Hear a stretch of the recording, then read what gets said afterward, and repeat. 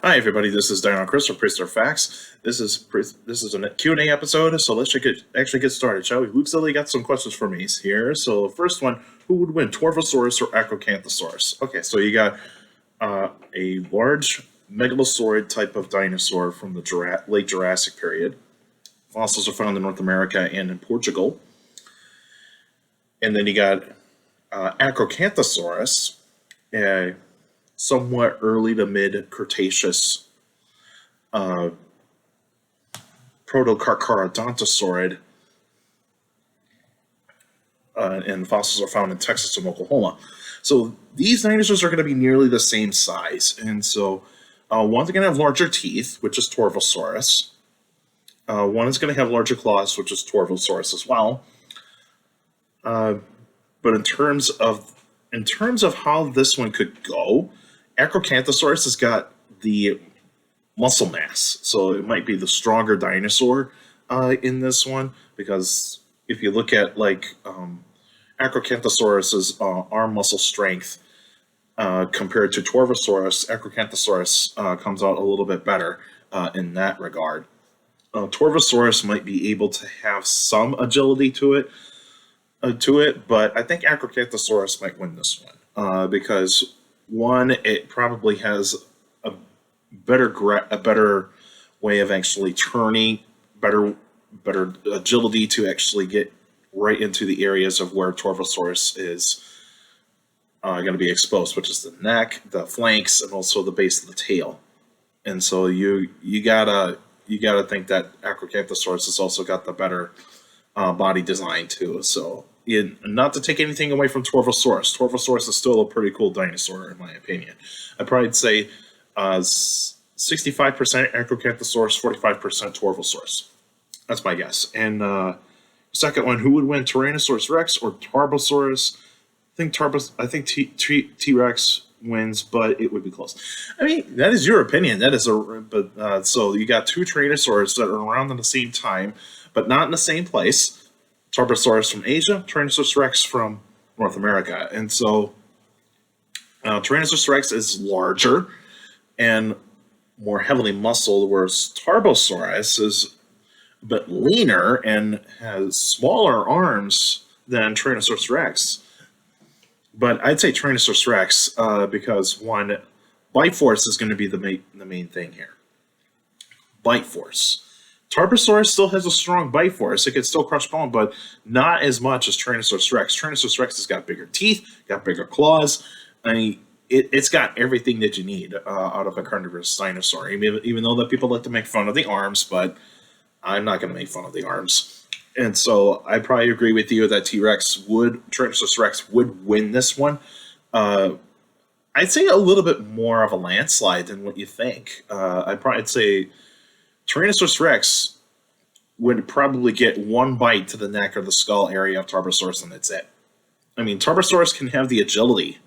It's just that probably in terms of muscle mass and size, that's going to determine the outcome of this one. And then your other question, what is your favorite Jurassic dinosaur? Mine are Torvosaurus and Kentrosaurus. Good picks. Those are very good picks. I like those picks for your favorite Jurassic dinosaurs. So my favorite Jurassic dinosaur, well, Stegosaurus is going to come out on top for me in terms of like my all-time favorite Jurassic dinosaur. Because one, it's an icon. It's an icon of the Jurassic, and one of the most iconic herbivorous dinosaurs as well. And also love the plates on the back, spikes on the tail. It's got the long hind legs, short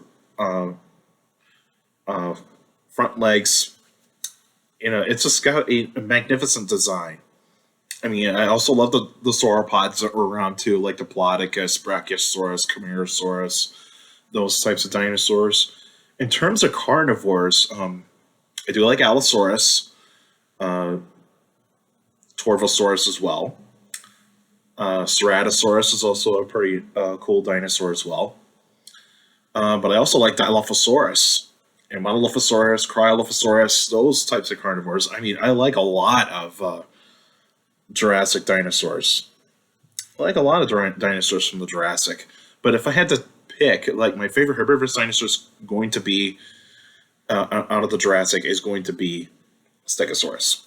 For carnivores, I'd say it's a tie between Allosaurus and Dilophosaurus. Those are probably going to be my favorites right there. And J.A. Moran Paleo Art, your question is, who would win or which do you prefer? Gorgosaurus versus the Spleedosaurus. There's another Tyrannosaur battle right here. So two Tyrannosaurs lived in the around same places in North America. Gorgosaurus mostly going to be found in from Alaska to mostly in Canada. There's some Gorgosauruses that have been found in Montana as well. But the Spleedosaurus is more likely going to be found in like Montana, Wyoming. There's some Spleedosaurus specimens that have been found in Canada, but they're rare. But one's going to be faster than the other, and one is going to be heavily muscled. The Spleedosaurus is going to be the larger Tyrannosaur in terms of length, height, and also muscle mass. Gorgosaurus has got the speed, a little bit smaller, but this one could be a toss-up, but I'd probably say is that the Spleedosaurus might come out on top on this one, because size is going to matter in this one. The Spleedosaurus has got the stronger bite force, and also one bite out of the Spleedosaurus to Gorgosaurus, and their Gorgosaurus is done. That's pretty much how it's going to go. But I like both of these Tyrannosaurs, but I'd probably have to go with the Spleedosaurus on that one. All right, Alex, do you think that Spinosaurus hunted the sauropod and the ornithopod dinosaurs if there was a long dry season or a drought in the environment that Spinosaurus lived in? That's a good question. I love this question, Alex. I love this question. So Spinosaurus, where it lived in the parts of northern Africa, and it wasn't a desert at that time. It was a very lush subtropical environment. And so how this could happen, because since there were wet and dry seasons at the time of Spinosaurus.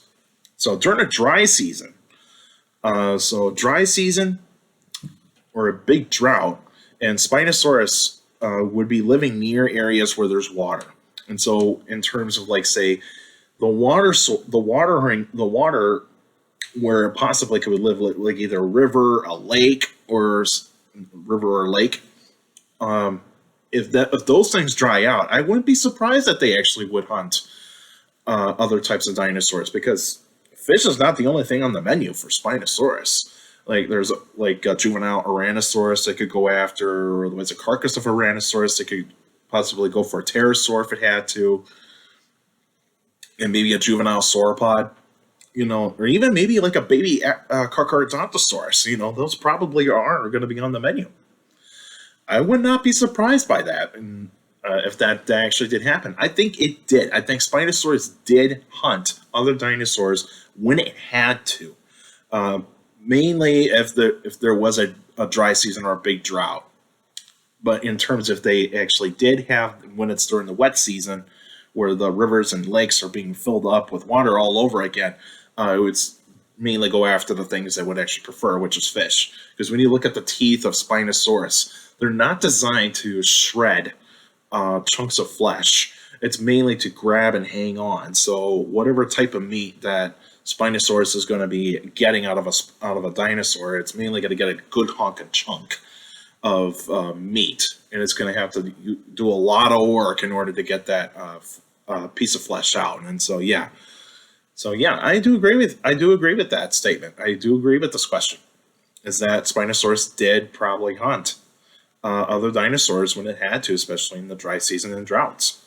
I agree with you, Alex. Good question, though. All right, Benjamin, is Struthiomimus the fastest of all theropods? That's debatable. That is very debatable, because there is Struthiomimus, there's Ornithomimus, there's Gallimimus. I mean, those ornithomimids, pick and choose of which one you think is going to be the fastest, But it is one of them. Is Carnotaurus the best known of all Abelisaurs? More likely, yes. There's more specimens, and And there's different sizes, of course, of these Carnotauruses that have been found. I could say it's more logically, and it's also the most famous Abelisaur of all time. Is Heterodontosaurus the best known of all small ornithopods?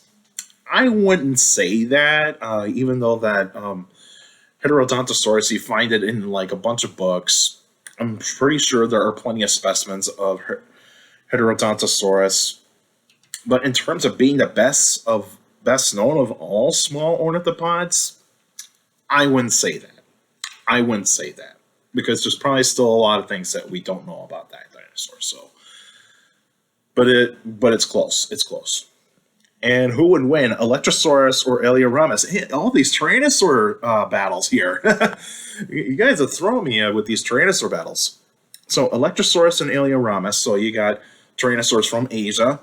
One is older than the other. So Ilioramus is going to be living around, say, 80 to 75 million years ago. And then you actually have Electrosaurus, who probably lived around 90 million years ago. And so, but Electrosaurus, we don't know a lot about that dinosaur that much, because there's not that many specimens. And hopefully we can find more specimens of Electrosaurus and find out what this dinosaur possibly looked like its body, in terms of body design, like how long the legs are, how, like, what are the arms going to be like, even though that, like, some of the arms have been found on Electrosaurus. And also, one is going to be slender than the other. Ilioramus is going to be more slender, and it's got more blade-like teeth than Electrosaurus. Electrosaurus still has blade-like teeth. It's just that Electrosaurus is slightly larger. Slightly. I don't know. Maybe Electrosaurus, but I'd probably say it's a 51-49 type of thing. 51% Electrosaurus, 49% Ilioramus. So it could go either way. That's my opinion on that one. All right, that's it for now. Now, next week will be a special episode. Stay tuned for that. So I'll tell you what kind of prehistoric animal I'm going to talk about, and stay tuned for in a couple weeks. There'll be two extra episodes in 1 week, and so that would be the review of Prehistoric Planet, which I will actually get a 1 week, the free 1 week on Apple TV Plus, so that way I can watch the episodes twice. I'm going to watch these episodes twice, so that way I can actually take notes on the second time and kind of give my opinions on the show. What are the pros? What are the pros? What are the mixed and cons? Those sorts of things, and give you my review on Prehistoric Planet. And also later in that week, it will be the Jurassic World Dominion review, and so I'll get to see this movie. It's going to be either, like, I don't know if I'm going to see it on opening night. That's probably not going to happen. But I'll probably either see it over that weekend, or otherwise in the week that actually is going to, or otherwise the week after, or otherwise that week, the days after opening weekend.